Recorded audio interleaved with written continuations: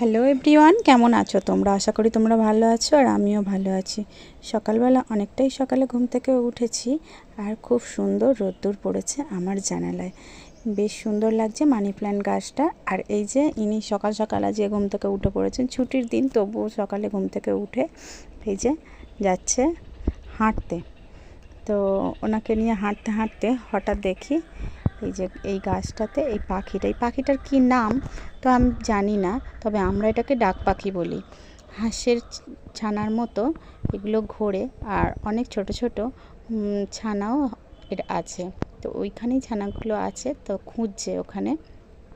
তো এদিকে আমি রামতুলসী গাছের যে বীজগুলো হয় সেগুলো পাড়তে গিয়েছিলাম, সেটা আমি জানাবো যে কী জন্য পাড়তে গিয়েছিলাম পরের ভিডিওতে।